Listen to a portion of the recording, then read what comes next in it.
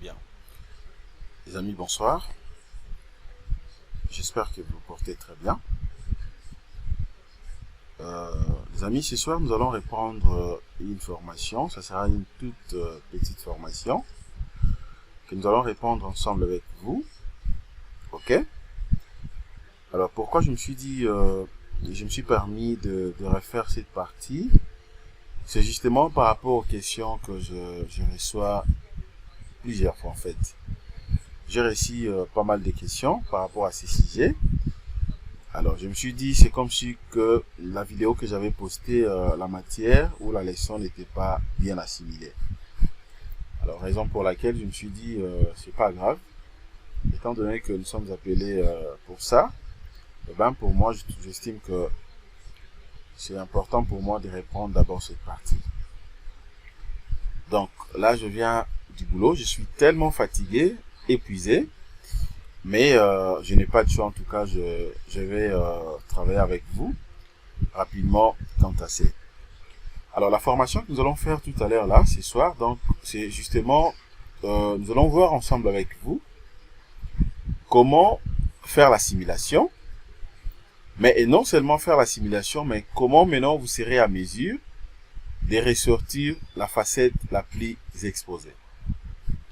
Ok? La facette ou la façade la plus exposée. C'est-à-dire comment le différencier justement à partir de ces valeurs. Parce que vous le savez très bien, quand on fait l'assimilation, généralement une fois qu'on définit le facette exposé, ok, on fait l'assimilation et ça va générer justement donc deux valeurs. Donc des sollicitations, ok, des valeurs. Alors, dans le valeur qu'on aura ici, il y a possibilité que nous puissions avoir une valeur max, mais aussi une valeur min. Le max, exactement, ça représente tout simplement donc la plus grande valeur de l'assimilation. Et la valeur min va représenter tout simplement la plus petite valeur de l'assimilation. Bien sûr, après l'assimilation. Maintenant, c'est en fonction de ça qu'on va comparer. Ok? Par exemple, si on trouve la valeur max ici, dans cette facette, la valeur min aussi de l'autre côté, on tourne justement le bâtiment. De l'autre côté, on aura également les deux valeurs, min, max et min.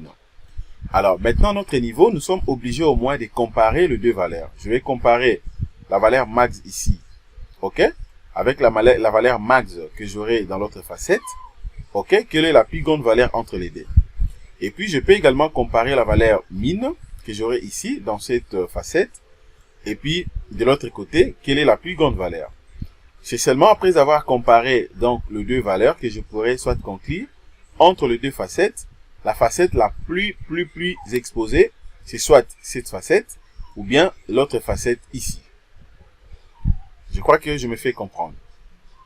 Alors, si par contre, qu'après avoir fait dans l'assimilation, on trouve que deux valeurs, ok, c'est possible aussi que nous puissions avoir que deux valeurs, dans le sens où, ça dit, une fois deux, si par exemple que les facettes sont identiques, ok, par rapport à la sollicitation, ou bien sûr par rapport justement à ce que nous allons faire comme valeur de l'assimilation, ça peut faire de manière assez qu'au lieu d'avoir quatre différentes valeurs, je peux avoir tout simplement deux valeurs, c'est-à-dire le max et le min.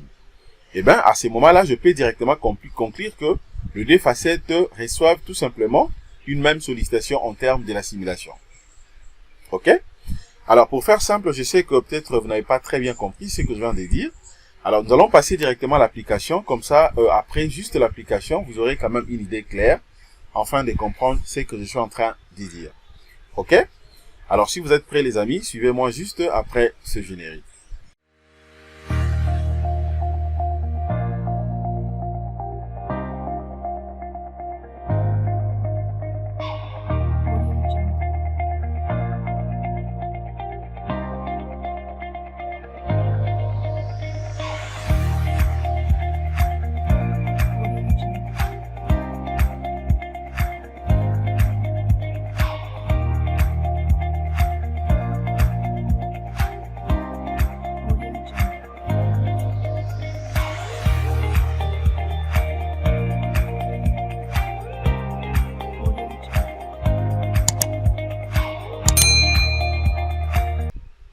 amis, je reviens une fois de plus sur Jinkonga Tutoriel. Comme je l'ai dit au début de cette formation, ensemble avec vous, nous allons reprendre donc cette partie de formation. Ok? Comment maintenant vous serez à mesure de ressortir directement la facette la plus exposée dans ce projet? Alors déjà, à l'entrée des jeux, ce qu'il faut comprendre dans ce bâtiment, d'autant plus que la forme de notre bâtiment est justement donc rectangulaire. Ok, on avait trouvé que les deux facettes le plus exposées, c'était tout simplement la façade principale ici et la façade postérieure ici. Mais tandis que la façade latérale gauche n'était pas beaucoup plus exposée, mais aussi la façade latérale droite. Ok, à la simple raison est que les deux facettes, leur portée n'est pas beaucoup plus importante par rapport aux façades principales et postérieures.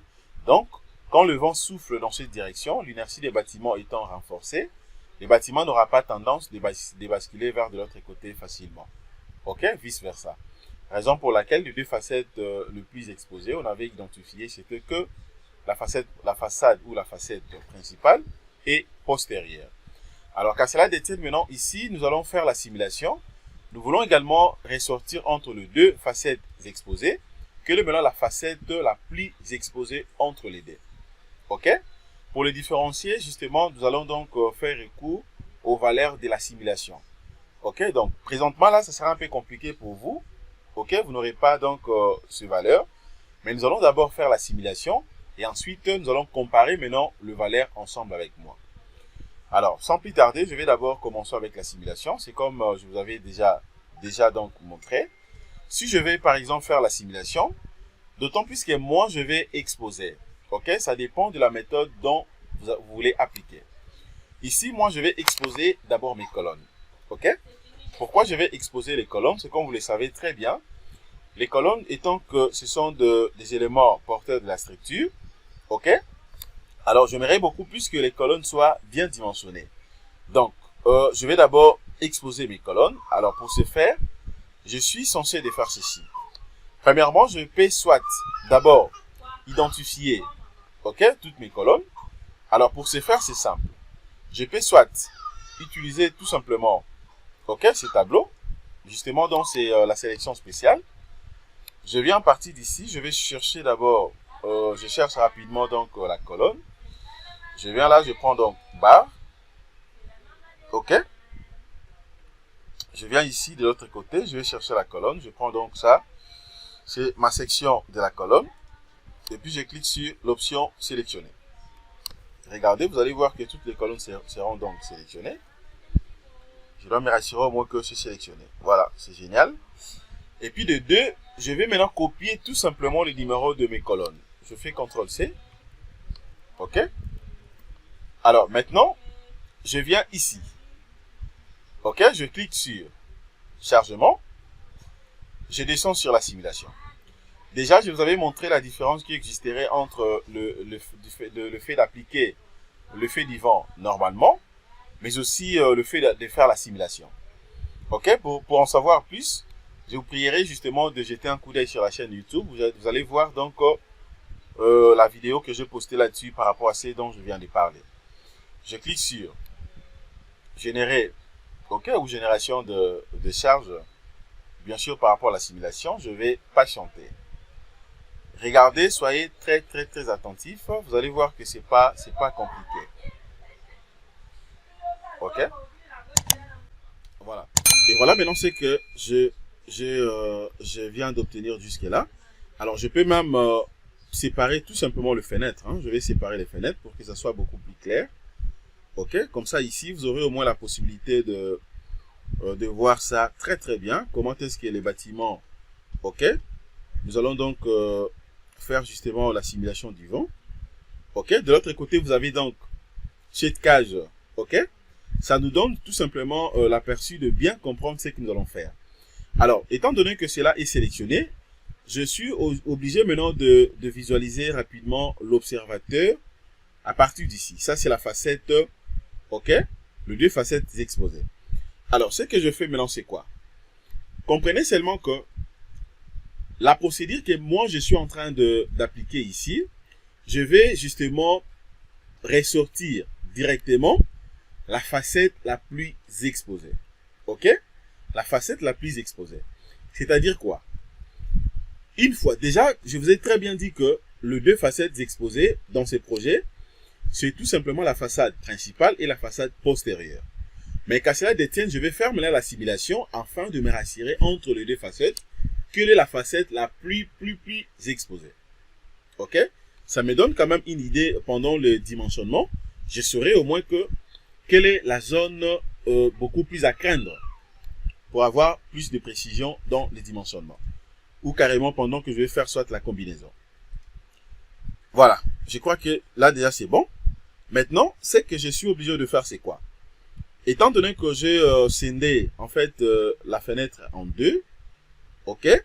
Maintenant, je peux aller directement sur les tableaux de la simulation du vent. Ok? Les tableaux de la simulation du vent. C'est-à-dire quoi? Je peux venir soit directement ici, ok?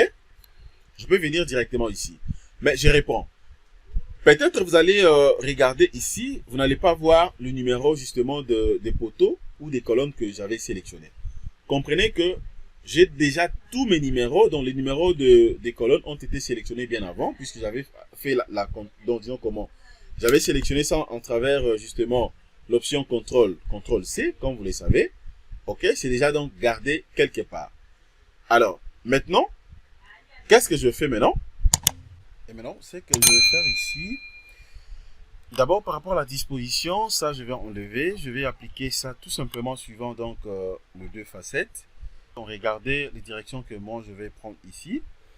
Je prends ça, l'autre direction aussi. Bon, je peux également confirmer. OK. L'inclinaison ici. Maintenant, par rapport à la vitesse, je prends 28. Je descends maintenant au niveau de l'élément en question. Je vais tout enlever. Je fais maintenant cette fois-ci CTRL V afin de placer donc le numéro de mes colonnes. OK? Et après maintenant ici, en fait, vous avez donc deux méthodes de génération des charges. Il y a possibilité d'utiliser la méthode automatique.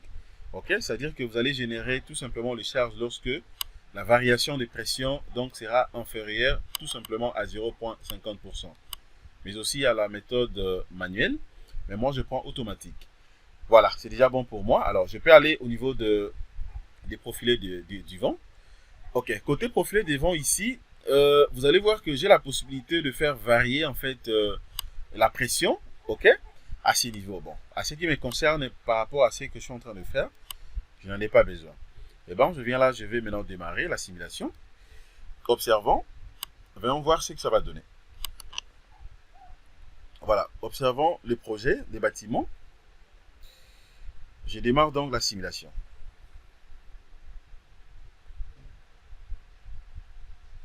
Voilà, donc je vais patienter. Donc jusqu'à là, je viens tout simplement de démarrer la simulation. Ok? Le temps que ça arrive jusqu'à la fin. Et après, maintenant, je pourrais aller comparer le valeur comme je l'avais dit au début. Mais à ce stade, je fais rien du tout. Ok, j'observe tout simplement l'évolution de la simulation. Sachez-le bien que la simulation se déroule tout simplement et étape par étape. Donc, il faut suivre beaucoup plus les tableaux du processus ici. Ok, regardez donc ça commence justement au niveau de la façade principale. Vous voyez ici, ça commence vraiment au niveau de la façade principale. Et donc, là, je patiente encore une fois de plus. C'est que je reçois comme message ici, ok. Voilà, comprenez que j'avais déjà fait en fait la simulation. Ça c'est la deuxième simulation que je viens de refaire. C'est justement pour vous montrer et ce qu'il faut faire, d'autant plus que j'ai reçu beaucoup de questions par rapport à ça, ok. Cette opération peut modifier la base de données contenant les informations sur la structure. Elle peut également changer les résultats des calculs et non actuels. Voulez-vous continuer? J'accepte. Ok, j'accepte cette fois-ci tout simplement pour vous montrer en fait ce dont je viens de parler. Je vais patienter. Voilà, donc ça continue. Là déjà, je suis au niveau de la génération de charge Y positive, ok, dans l'état du processus. C'est suivant donc la façade postérieure. bon, dans l'autre sens et ça continue. Je vais tout simplement patienter jusqu'à la fin. Et donc voilà, cas de charge généré. Alors là, je viens de terminer complètement la simulation. Je peux tout simplement cliquer sur OK. Et puis ça également, je peux enlever. Je vais faire aussi ça. Et je peux enlever directement, puisque là, je finis la simulation. Voilà. Je vais patienter d'abord.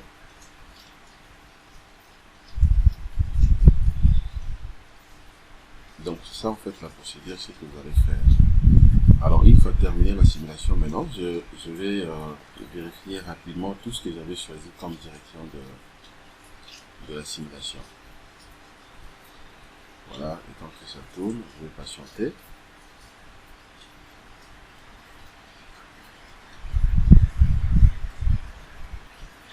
Je patiente. Alors pour vérifier, c'est pas compliqué, c'est vraiment simple. C'est-à-dire que vous allez choisir cas de simulation par cas de simulation et vous vérifiez maintenant la valeur max et la valeur min de chaque cas. Vous voyez? Je peux faire ça ensemble avec vous. Voilà, je vais patienter puisque j'ai ouvert plusieurs fichiers au même moment. La machine devient lourde. Donc c'est-à-dire, c'est comme c'est en train de dire, c'est vrai que pour notre cas ici, on avait que deux facettes exposées, principale et postérieure, et d'autant plus qu'on avait choisi, je crois, ça va faire 6 directions. Ok, la direction principale, postérieure, ainsi que les angles également, on avait pris ça. Et donc, vous allez tout simplement venir ici, ok. Vous commencez maintenant à choisir cas par cas. Prenez par exemple le cas, premier cas, simulation. Vous vérifiez directement, et donc, ces valeurs, c'est-à-dire la valeur max et min, ok. Vous vérifiez également deuxième cas de simulation, vous vérifiez ces valeurs et vous comparez maintenant les deux. Donc voilà en fait les amis, c'est que je voulais vous montrer. Ok, désolé, je ne serai pas continuer puisque déjà il pleut abondamment. J'ai l'impression que c'est l'été même oui.